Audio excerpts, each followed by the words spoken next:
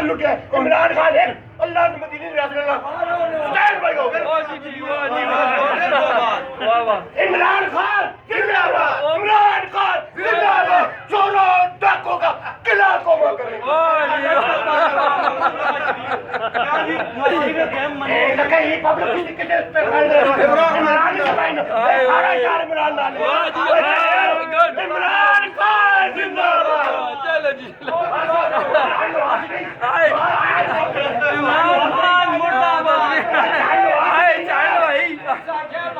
आशवल की तारीख सब तो बड़ी बीमारी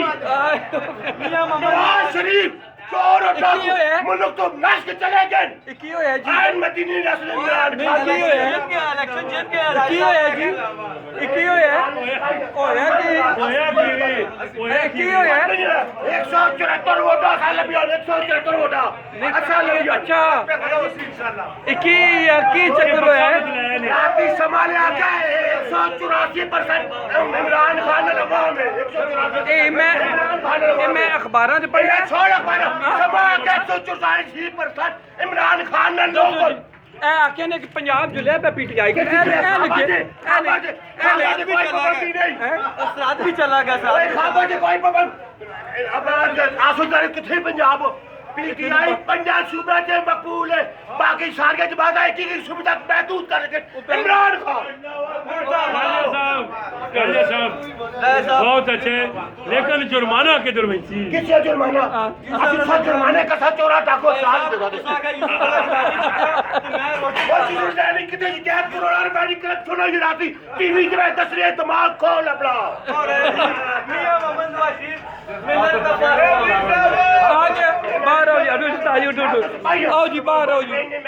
नहीं बाहर आओ चलो बाहर आओ नहीं बाहर आओ बुलाने पहले क्या डर गए हो तुसी नहीं डरे देखो इंशाल्लाह अनकरीब मुस्लिम लीग नून की हुकूमत होसी अच्छा पंजाब से मरियम लाल का नहीं या उरार या पार किधर गया उरार या पार इमरान तो उठा ही है बाहर नहीं बाहर ये देखिए जी राजा साहब जो है वो कुछ लगता है ऐसा है कि सवालों के जवाब नहीं दे पा रहे ये बाहर नहीं आ रहे निकले बाहर आसिफ भट्ट साहब आप नून लेके अच्छा जी अभी नहीं उठाना अभी फ़ोन नहीं ये पैसों वालों का है वो मांग ना ले मुबारक चाह दो मुबारक चाह दो पुराने चोरा ठगा मुबारक चाह दो चाह दो खैर कुछ कैसा नाम है जी जिला कब्जा नहीं वो अब्दुल कादिर हफीज शेख नहीं जैसे मुकाबले हफीज शेख का मुबारक आपको जी तमीज शेख नो कमेंट और आपने जी धांधली हुई जिहड़े छत्तियां ते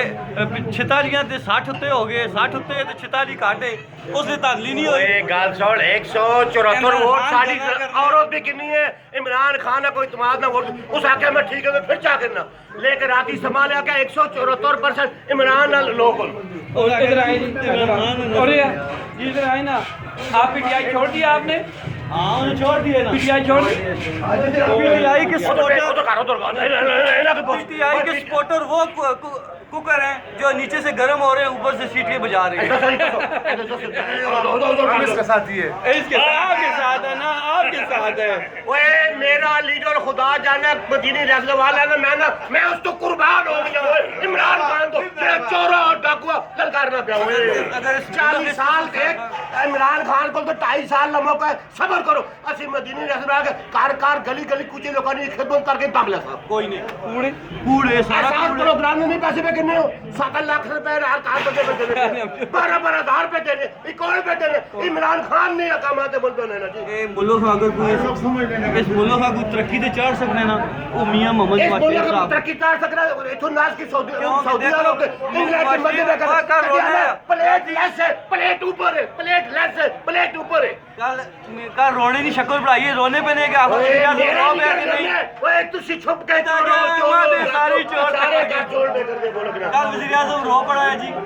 मीडिया के सामने वज़ीर आज़म रो पड़ा है उसने कहा है जी ये लोग मुझे नहीं चलने देते मैं पर चलो किस तरह दो नाल चीनी चोर नाल आटा चोर कंडी पिछे केड़े वो कहने जी इलेक्शन च दांधी होई है सेनेट च मैंने लिखा कि मैं एनआरओ ना देना जो मर्जी हो जो एनआरओ ना देना रात बीगना मैं बहुत रात हो एनआरओ में तो एनआरओ में ਅਸੀਂ ਨਾ ਦੇਣੇ ਪੰਜਾਬ ਚ ਇੱਕ ਗੁੰਡਾ ਨਹੀਂ ਲੱਖ ਗੁੰਡਾ ਨਹੀਂ ਵੇਚੋ ਅਸੀਂ ਐਨਆਰਓ ਨਾ ਦੇਣੇ पंजाब च हुकूमत आने लगी नून लीग नहीं पंजाब च हुकूमत ए, तो क्या लिखे थे? पंजाब च हुकूमत नून लीग नहीं आने लगी है पंजाब में इन पंजाब ਨੂੰ ਨਹੀਂ ਕਿ ਮੁझे उससे क़यामत की निशानी हो सी कल भी आखा क्या मैं इन हाउस तब्दीली मैं छोड़ क़यामत निशानी हो सी नहीं तो आखा फीस शेयर जितया थे मैं अल्लाह तो हाँ ना भागा ओ देखिए राजा साहब भागेंगे ये क्या चुप चुप चुप चुप चुप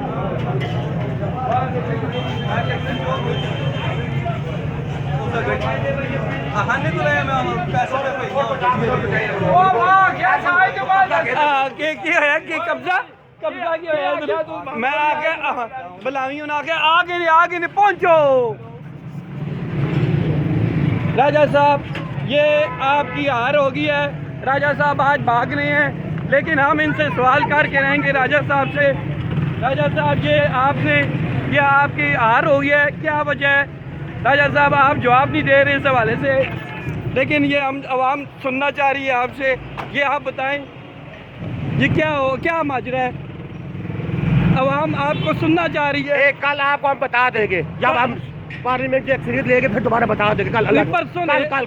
नहीं परसों इंटरव्यू हो गया बता देगा आपको अच्छा इंशाल्लाह आपको बता ये 2 दिन आप किधर थे राजा साहब इधर हम काम करते हैं किधर थे नहीं आप अड्डे में आपको बहुत ज्यादा लोग मेरी मिरास है नहीं मेरी मिरास है वो लोग आपसे आपका पूछ रहे थे ना लोग आपका पूछ रहे थे नहीं थोड़ा सा शौकत अयूब को क्या पैगाम देंगे शौकत अयूब को शौकत अयूब अपना भाई है प्यारा भाई है प्यारा भाई है